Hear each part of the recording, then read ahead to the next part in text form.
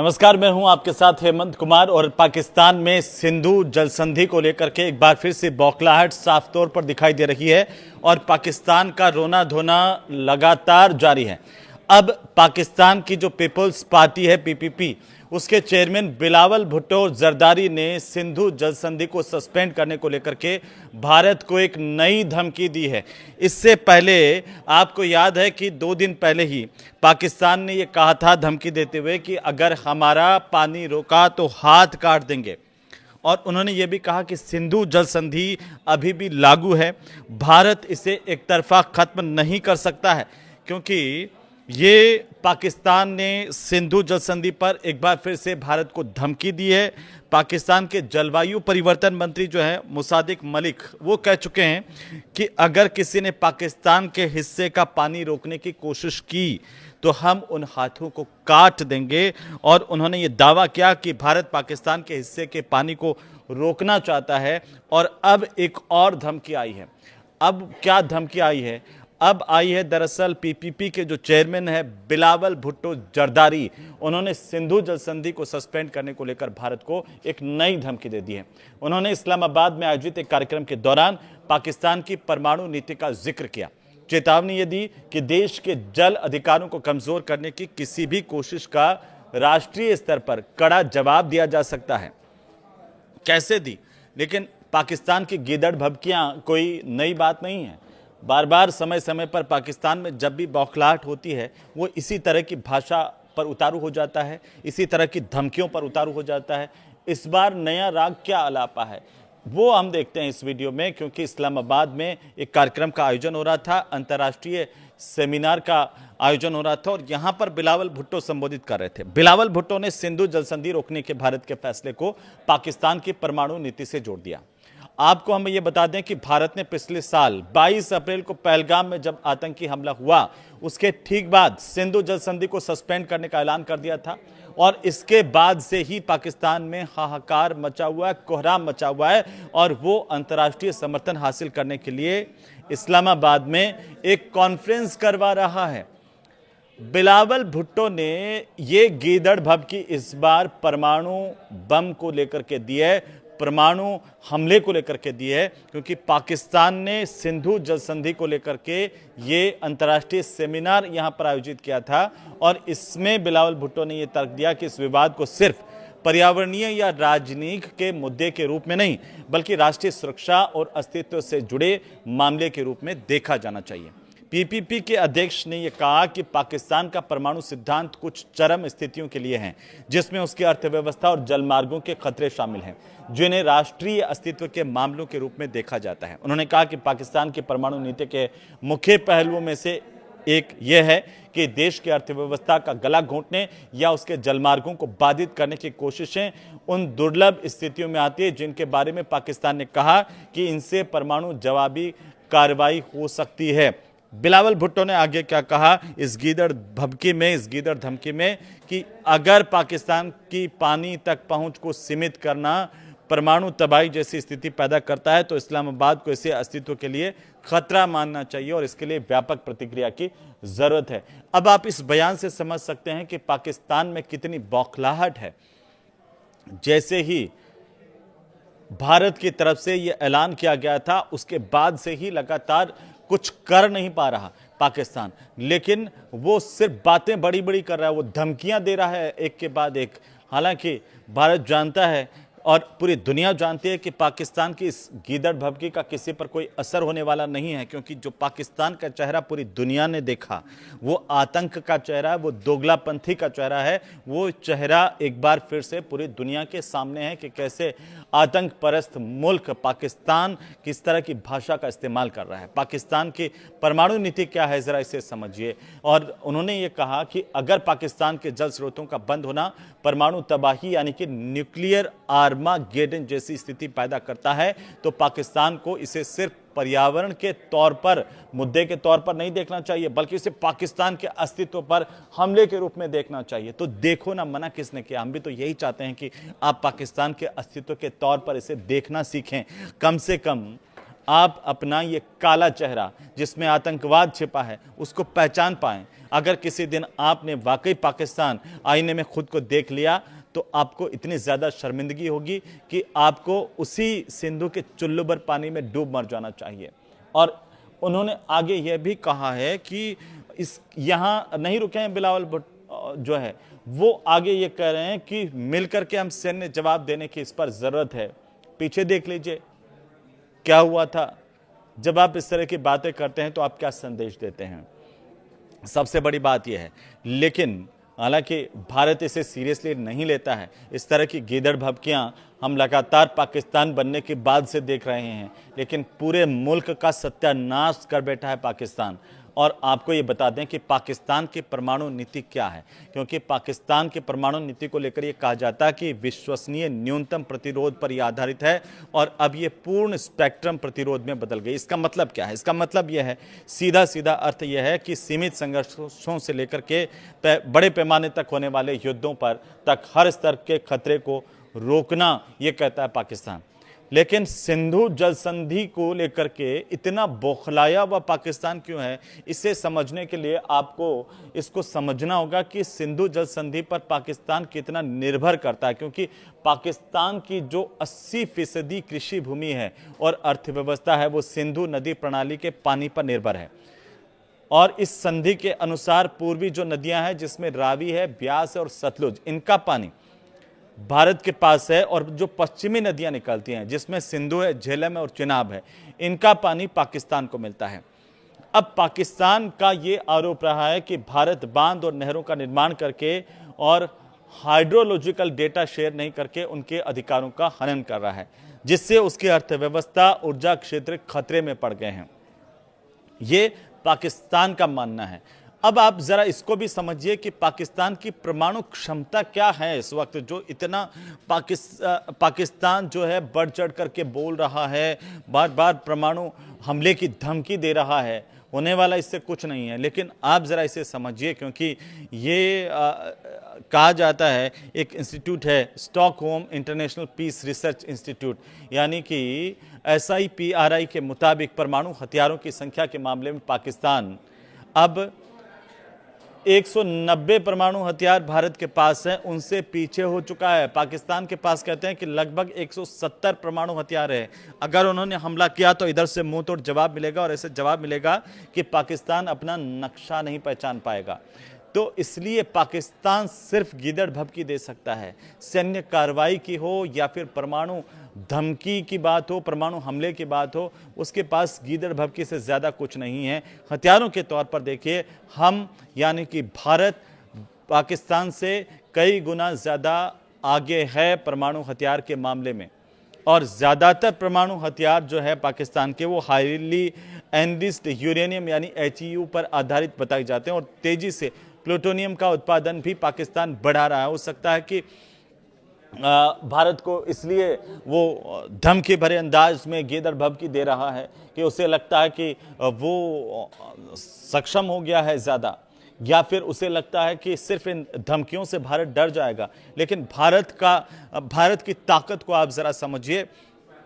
भारत हमेशा से शांतिप्रिय देश रहा है, और भारत की जो पॉलिसी है वो है नो फर्स्ट यूज, यानी कि पहले इस्तेमाल नहीं करने की नीति है। इसके विपरीत पाकिस्तान की क्या नीति है? पाकिस्तान की कोई लिखित और स्पष्ट नीति ही नहीं है परमाणु हमलों को लेकर के। उसकी रणनीति है फर्स्ट यूज की, वो बिल्कुल उल्टा है मानवता के खिलाफ वाला मुल्क है वो पाकिस्तान। और ये पाकिस्तान की नीति रही फर्स्ट यूज की, हम पहले मारेंगे। यानी संकट या युद्ध के वक्त में भारत के खिलाफ पहले भी परमाणु हमला पाकिस्तान कर सकता है, चाहे वो मिराज हो, F-16 हो, उन विमानों के जरिए परमाणु बम गिरा सकता है, ऐसा पाकिस्तान का मानना है। क्योंकि हमारे पास उससे कई गुना ज़्यादा तकनीक है, जिसको हमने लगातार आपने देखा होगा कि कैसे जो एक के बाद एक युद्धों में उसकी हार हुई है और इतना बुरी तरह पाकिस्तान पिटा है, वो सब ने देखा, वो पूरी दुनिया ने देखा है। लेकिन आपको ज़रा इसे समझना बहुत ज़रूरी होगा कि आखिरकार पाकिस्तान इतना जो गीदड़ भभकी दे रहा है, जो इतना बौखलाया हुआ है, उसका मुख्य कारण क्या है? क्योंकि जैसे मैंने पहले जिक्र किया कि जो पाकिस्तान के जलवायु परिवर्तन मंत्री हैं, उन्होंने ये बयान दिया था कि पाकिस्तान के हिस्से का पानी अगर किसी ने रोकने की कोशिश की तो हम उन हाथों को काट देंगे, और दावा किया कि भारत पाकिस्तान के हिस्से के पानी को रोकना चाहता है। जो मुसादिक मलिक है, और उन्होंने सूचना मंत्री अताउल्लाह तरार के साथ एक जॉइंट प्रेस कॉन्फ्रेंस की थी और इसमें यह बोला कि पड़ोसी देश के प्रधानमंत्री के हाथ में एक नल है। वे कहते हैं कि पाकिस्तान में पानी की एक बूंद भी नहीं जाने देंगे। जो हमारे हिस्से के पानी पर दावा करेंगे उनका हम हाथ काट देंगे। तो ये समझिए कि आखिर ये सिंधु जल संधि स्थगित होने से पाकिस्तान में इतनी बौखलाहट क्यों है? इसका सीधा सीधा जवाब है दोस्तों कि सिंधु जल संधि स्थगित हुई है, उसकी वजह से पाकिस्तान में जल संकट खड़ा हो गया है, पानी का संकट खड़ा हो गया है। पाकिस्तान कुछ कर नहीं सकता, ना उसके पास कोई चारा है, वो सिर्फ बयान दे सकता है। एक कहावत है, थोता चना बाजे घना, बस पाकिस्तान पर वही लागू होती है। क्योंकि अब एक एक करके आप समझिए कि इसके इंपैक्ट पाकिस्तान में क्या हो रहे हैं। भारत का ये जो फैसला था उससे पाकिस्तान किस हद तक खोखला हो गया है, क्योंकि सिंध और बलूचिस्तान के जो प्रांत को आप देखेंगे तो पाकिस्तान में अब इसकी वजह से गंभीर जल संकट खड़ा हो गया है। देश की जो करीब 1/3 आबादी है वो इससे प्रभावित हुई है, और नॉर्थ वेस्ट कैनाल जो है उसमें 64% पानी की कमी आ गई है। इसके अलावा पाकिस्तान की जो राइस कैनाल है उसमें 38% और दादू कैनाल में 82% पानी की कमी है। आप इस बात से अंदाजा लगा सकते हैं कि पानी बचा नहीं है। वैसे तो पानी पाकिस्तान की आंखों में भी नहीं बचा है, लेकिन वहाँ की नहरों में भी नहीं बचा और लोगों के वहाँ पर उपयोग के लिए भी नहीं बचा। ये असर भारत के फैसले का है, क्योंकि इसके अलावा आप देखिए जो पाकिस्तान का सुकूर बैराज है वहाँ का जलस्तर लगातार घट रहा है, और यही टेंशन की वजह है। जो लोकल लीडर्स हैं पाकिस्तान के, स्थानीय नेता जो पाकिस्तान के, उनका ये आरोप है कि पानी के बंटवारे को लेकर के सरकार की नाकामी से पाकिस्तान के किसान अर्थव्यवस्था को नुकसान हो रहा है। और ये जो भारत की तरफ से फैसला किया गया था वो फैसला अब पाकिस्तान को नाकों चने चबवा रहा है। पाकिस्तान ना कुछ कर पा रहा है, ना कुछ, और वो भी बिलबिला रहा है, जैसा कि आप इन बयानों में देख रहे थे। क्योंकि 21 जून को पाकिस्तान के जो रक्षा मंत्री हैं उन्होंने भी एक बयान दिया था। उन्होंने ये कहा था कि हम भारत के खिलाफ जंग छेड़ सकते हैं, लेकिन ऑपरेशन सिंदूर के वक्त क्या हुआ था? मुंह छिपाए भाग रहे थे। अब आप जरा इस बात को समझिए कि भारत और पाकिस्तान के बीच में बार बार इस बात का जिक्र आता है, सिंधु जल समझौता ये है क्या, इसकी नींव कैसे पड़ी थी, और अब इसके इम्पैक्ट क्या हो रहे हैं। जब भारत कह रहा है कि ये सिंधु जल समझौता हमने सस्पेंड कर दिया है। तो सिंधु प्रणाली में कुल 6 नदियां हैं जिनके नाम हैं सिंधु, झेलम, चिनाब, रावी, ब्यास और सतलुज नदी। ये आप समझिए, इनके किनारे का इलाका करीब करीब 11.2 लाख वर्ग किलोमीटर में ये फैला हुआ है इलाका।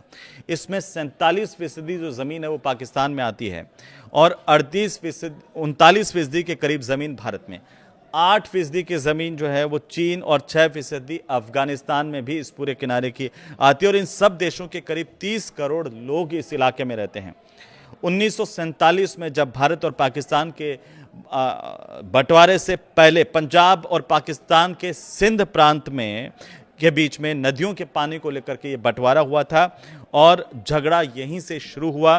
क्योंकि 1947 में भारत और पाकिस्तान के जो इंजीनियर्स थे उनके बीच में स्टैंड स्टिल समझौता हुआ, और इसके तहत जो 2 मुख्य नहरें हैं उनसे पाकिस्तान को पानी मिलता रहा है।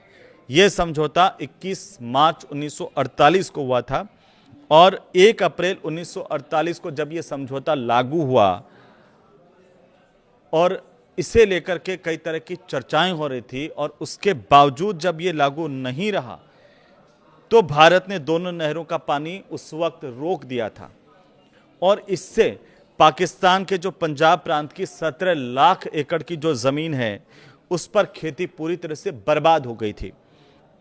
अब दोबारा जब समझौता हुआ तो भारत पानी देने को लेकर के राजी हुआ। इसके बाद अगर हम देखें तो 1951 से लेकर के 1960 तक वर्ल्ड बैंक की मध्यस्थता में भारत और पाकिस्तान के पानी के बंटवारे को लेकर के बातचीत चली, लंबी चली और आखिरकार 19 सितंबर 1960 को कराची में भारत के प्रधानमंत्री तत्कालीन जो पीएम थे पंडित जवाहरलाल नेहरू और पाकिस्तान के राष्ट्रपति अयूब खान के बीच में एक समझौता हुआ, दस्तखत हुए और इसे इंडस वाटर ट्रीटी यानी कि सिंधु जल संधि कहा जाता है, क्योंकि पाकिस्तान के पक्ष में अब ये कहा जाता है कि ये जो सिंधु जल समझौता था वो उस वक्त पाकिस्तान के पक्ष में हुआ, क्योंकि इंडस वाटर सिस्टम में जैसे मैंने बताया कुल 6 नदियां हैं, सिंधु, झेलम, चिनाब, रावी, व्यास और सतलुज नदियां। और 1960 का ये जो समझौता है जिसमें भारत की तरफ से भारत के तत्कालीन प्रधानमंत्री जवाहरलाल नेहरू थे और पाकिस्तान की तरफ से अयूब खान थे जो पाकिस्तान के तत्कालीन राष्ट्रपति थे, इन दोनों के बीच में ये समझौता हुआ जिसमें पानी का बंटवारा आप देखिए उस वक्त कैसे हुआ था। पाकिस्तान को 80% पानी देने पर भारत राजी हुआ और भारत के हिस्से में कितना % पानी आया, 20% पानी। और पाकिस्तान को सिंधु, झेलम और चिनाब का पानी मिला तो भारत को रावी, व्यास और सतलुज का पानी भारत के हिस्से में आया और इसी वजह से यह विवादित समझौता कहा जाता है हमेशा से।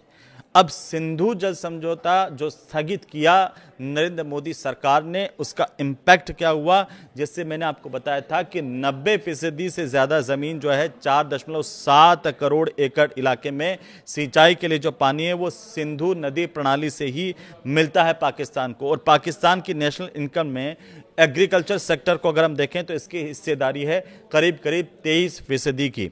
इससे 68% जो ग्रामीण इलाके हैं पाकिस्तान के, वहाँ की जीविका इसी से चलती है। और ऐसे में पाकिस्तान में जितने भी आम लोगों के साथ साथ वहाँ की जो अर्थव्यवस्था है वो बेहाल होती नजर आ रही है। तो पाकिस्तान की जो नेशनल इनकम में एग्रीकल्चर सेक्टर की हम बात कर रहे थे उसकी हिस्सेदारी 23% की है और इससे 68% जो ग्रामीण इलाके हैं, ग्रामीण पाकिस्तानियों की जीविका इसी से चलती है। और ऐसे में पाकिस्तान में आम लोगों के साथ साथ वहाँ की जो बदहाल अर्थव्यवस्था है वो और ज़्यादा ख़राब होती हुई नज़र आ रही है और ज़्यादा बदहाल और गिरती हुई दिख रही है। पाकिस्तान के मंगल और तारबेला हाइड्रो पावर जो डैम हैं उनको पानी नहीं मिल पा रहा है, वो सूखते जा रहे हैं और ये चिंता की बात पाकिस्तान को खाए जा रही है। यही टेंशन सबसे बड़ी पाकिस्तान के सामने है। और इससे क्या हो रहा है दोस्तों, इससे पाकिस्तान का जो बिजली उत्पादन है वो सीधा 30% से 50% तक गिर चुका है। इसके अलावा वहाँ का औद्योगिक उत्पादन इससे प्रभावित हुआ है, इससे रोजगार पर असर पड़ा है और पाकिस्तान इसी वजह से बौखला रहा है, इसी वजह से टेंशन में आ गया है और बार बार धमकी दे रहा है। लेकिन भारत पर इस तरह की गीदड़ भभकियों का कोई असर पड़ने वाला नहीं है, क्योंकि नरेंद्र मोदी की सरकार ने पाकिस्तान को उसी दिन कह दिया था कि अगर तुम नहीं सुधरे तो हम वो करेंगे जिसकी तुम कल्पना भी नहीं कर पाओगे। आपको ये वीडियो कैसा लगा हमें ज़रूर बताइए और हर घर तक ये वीडियो पहुंचे जिससे पता चले कि पाकिस्तान की स्थिति कैसी है। खिसियानी बिल्ली खंबा नोचे और थोता चना बाजे घना, बस सिर्फ बकवास करते रहना। इसके अलावा आतंकवाद के सहारे पनपने वाली अर्थव्यवस्था वाला जो देश है वो अब परमाणु बम की धमकी दे रहा है। इसे आप कैसे देख रहे हैं ये कमेंट करके ज़रूर बताइए। नमस्कार।